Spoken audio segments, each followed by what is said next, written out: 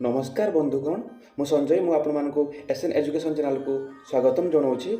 आज आपण बहुत बड़ बिग अपडेट रही शिक्षा संबंधी अपडेट रही जो बंधु मैंने ये चैनल को नुआ कर अनुरोध से इनफॉर्मेटिव वीडियो पाइबापी सब्सक्राइब करनी। चलो देखा कौन अपडेट रही।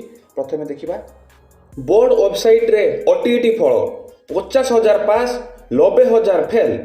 माध्यमिक शिक्षा परिषद द्वारा परिचालित ओडिशा शिक्षक योग्यता परीक्षा 2024 फल प्रकाश पाई।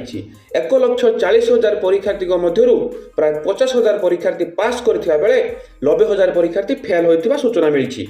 এই পরীক্ষা ফল बोर्ड वेबसाइट रे उपलब्ध अछि। पास करिथिबा परीक्षार्थी वेबसाइट रु सेमानक सर्टिफिकेट डाउनलोड करि परिबे बोली बोर्ड पक्षरु सूचना दिया जाइछि।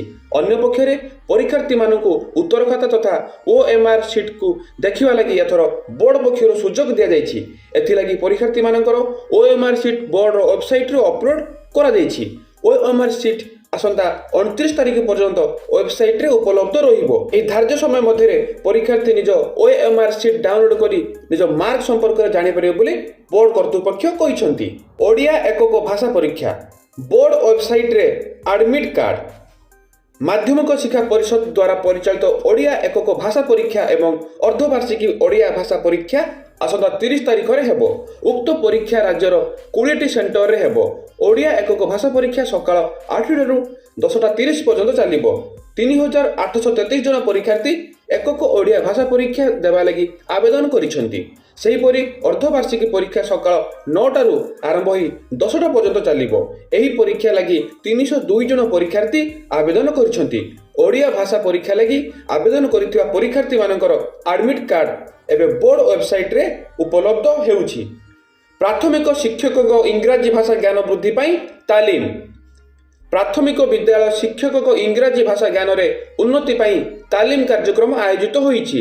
राज्य भाषा और शिक्षक प्रशिक्षण प्रतिष्ठान द्वारा आयोजित यह कार्यक्रम बेंगालुरु स्थित अजमी प्रेमजी विश्वविद्यालय सहभागिता रे करा जाइछि। सूचना योग्य गत जुलाई मासरे 30टी जिलू 2 जन लेखाएं मोट 60 जन शिक्षक शिक्षयित्री को मास्टर ट्रेनर भावे तालीम दि जाइथिला। 60 जन मास्टर ट्रेनर 314 ब्लॉक रो 500 शिक्षक को तालीम प्रदान करिवे। वर्तमान राज्यर 10टी जिला खोर्धा कटक अनुगुल बालेश्वर मयूरभंज कलाहांडी कोरापुट झारसुगुड़ा बरगड़ और गंजाम रे तालीम प्रदान करा जाउछि। प्रथम तालीम अधिवेशन गत 18 रु 22 तारिख जाए चलीथिला। आगामी 9 सप्ताह पर्यंत उभय आभासी और प्रत्यक्ष उपस्थिति रे एही तालीम कार्यक्रम चलिबो। राज्य भाषा और शिक्षक प्रशिक्षण प्रतिष्ठान निर्देशक सुमिता दास अजमी प्रेमजी विश्वविद्यालय प्रशिक्षक जेनी आलेक्स विभिन्न जिला परिदर्शन करी एही कार्यक्रम को निरीक्षण करिसंती। 80 रु 24 रखिले युक्त 2 पास। 2025 रे युक्त 2 परीक्षा देबाकु थिबा छात्र छात्री पई प्रश्नपत्र ढांचा बदलिछि। एणिकी वार्षिक परीक्षा रे आउ 100 नुहे बरं परीक्षार्थी को 80 मार्क रो थ्योरी परीक्षा देबाकू पड़िबो। सेथिरु 24 मार्क रखिले जणे परीक्षार्थी उत्तीर्ण हेबे। बाकी 20 मार्क इंटरनल परीक्षा हेबो। सेथिरे परीक्षार्थी जेतिक मार्क रखिबे ताहाकू मोट मार्क सह संयोग करा जिवो। हेले थ्योरी मार्क सह मिश्रण करा जाई उत्तीर्ण बोली विवेचना करा जिवो नाही। उदाहरण स्वरूप इंग्राजी इतिहास राजनीति विज्ञान विषय रे मोट 80 मार्क रो परीक्षा हेबो। सेथिरु परीक्षार्थी 24 मार्क अर्थात 30% मार्क रखिले ही उत्तीर्ण हेबे। जदि जने परीक्षार्थी इंटरनल परीक्षा रे 20 रु 18 मार्क पाइथिबे हेले थ्योरी परीक्षा रे 80 रु 20 मार्क रखिबे ताहले तांकू अकृतकार्य बोली घोषणा करा जिवो। तेबे एक्स रेगुलर छात्र छात्री 100 मार्क रो परीक्षा देबे 30 मार्क रखिले से माने उत्तीर्ण हेबे। कर्मचारी को अवसर दिन संपूर्ण पेंशन दियो। एणिकी सरकारी कर्मचारी को अवसर दिन ही संपूर्ण पेंशन दियो। जदि वो एही नियम पूर्व रही ताहा राज्य रे कड़ाकड़ी लागू हेउ नाही। एणिकी कड़ाकड़ी भावे लागू करबाकू राज्यर समस्त विभागीय मुख्य राजस्व आयुक्त और जिलापाल मानकू निर्देश दिएछंती मुख्य शासन सचिव मनोज आहूजा। श्री आहूजा कहते सरकारी कर्मचारी को अवसर ग्रहण दिवस रे संपूर्ण पेंशन देवा पई पूर्वरु साधारण प्रशासन और साधारण अभियोग विभाग तरफ निर्देशनामा जारी करा जाइछि। किंतु केतक क्षेत्र रे यह ठीक भावे पालन हेउ नाही। जदि कौनसी सरकारी कर्मचारी विरुद्ध में विभागीय श्रृंखलागत कार्यानुष्ठान किंबा भिजिलांस मोकदमा थाए संपृक्त कर्मचारी अवसर ग्रहण यथेष्ट पूर्व ताहाको फैसला करने पदक्षेप नियाजिबो। ସମ୍ପୃକ୍ତ ବିଭାଗ କିମ୍ବା କାର୍ଯ୍ୟାଳୟ ମୁଖ୍ୟଙ୍କ ସ୍ତରରେ ଏହା କରାଯିବା ଏକାନ୍ତ ଆବଶ୍ୟକ ବୋଲି ମୁଖ୍ୟ ଶାସନ ସଚିବ କହିଛନ୍ତି। ମାନବିକତା ତଥା ଉତ୍ତମ ପ୍ରଶାସନ ଦୃଷ୍ଟିକୋଣରୁ ଅବସର ଦିନ ସମସ୍ତ ଅବସରପ୍ରାପ୍ତ ଯୋଗ୍ୟ କର୍ମଚାରୀଙ୍କୁ ପୂର୍ଣ୍ଣାଙ୍ଗ ପେନସନ ଦେବା ସୁନିଶ୍ଚିତ କରିବାକୁ ହେବ। ଜାନୁଆରୀରେ ହେବ ଆସିଷ୍ଟାଣ୍ଟ କେମିଷ୍ଟ୍ରି ଲିଖିତ ପରୀକ୍ଷା।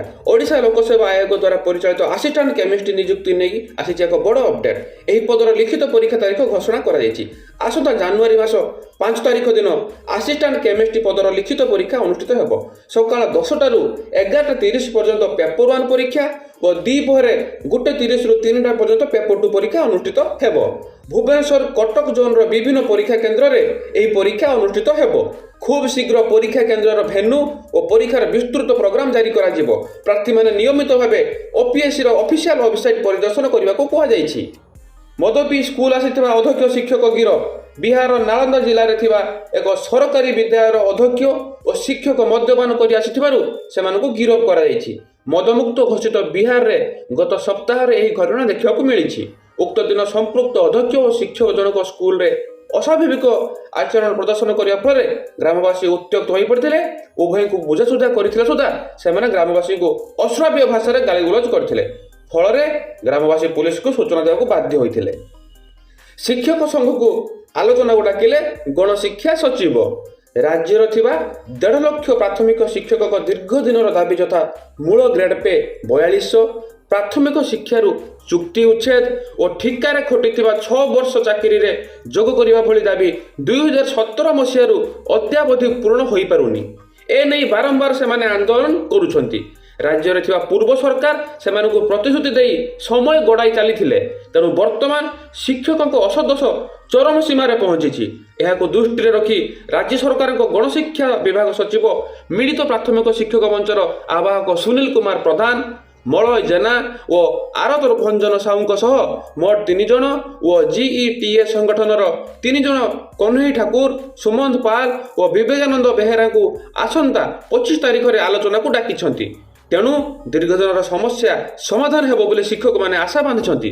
ଯଦି ଆଲୋଚନାରେ ଶିକ୍ଷକ ନେତାମାନଙ୍କୁ ଦାବି ପୂରଣର ବିଶ୍ୱାସ ନ ଆସେ ତେବେ ପୁଣି ଆନ୍ଦୋଳନ କରିବେ ବୋଲି ସଂଘ ପକ୍ଷରୁ କୁହାଯାଇଛି। ତେଣୁ ଆଜି ପାଇଁ ନ୍ୟୁଜ୍ ଅପଡେଟ୍ ଏତିକିରେ ସମାପ୍ତ ହେଉଛି। ଆପଣମାନଙ୍କୁ କେମିତି ଲାଗିଲା ଆମର ନ୍ୟୁଜ୍ ଅପଡେଟ୍ ନିଶ୍ଚିତ କମେଣ୍ଟ ମାଧ୍ୟମରେ ଜଣାଇବେ। ଯେଉଁ ବନ୍ଧୁମାନେ ନୂଆ କରି ଏହି ଚ୍ୟାନେଲକୁ ଆସିଛନ୍ତି ସେମାନଙ୍କୁ ଅନୁରୋଧ ସେମାନେ ଏହି ଚ୍ୟାନେଲକୁ ସବସ୍କ୍ରାଇବ୍ କରିଦିଅନ୍ତୁ। ଫଳରେ ଆଗାମୀ ଦିନରେ ଯେଉଁ ଇନଫର୍ମେସନ୍ ଭିଡ଼ିଓ ଏହି ଚ୍ୟାନେଲ ମାଧ୍ୟମରେ ଆସିବ ଆପଣ ସର୍ବପ୍ରଥମେ ପାଇପାରିବେ। ତେଣୁ ଆଜି ପାଇଁ ମୁଁ ରହୁଛି ସଞ୍ଜୟ। ଭଗବାନ ସମସ୍ତଙ୍କର ମଙ୍ଗଳ କରନ୍ତୁ। ଜୟ ଜଗନ୍ନାଥ। ବନ୍ଦେ ଉତ୍କଳ ଜନନୀ।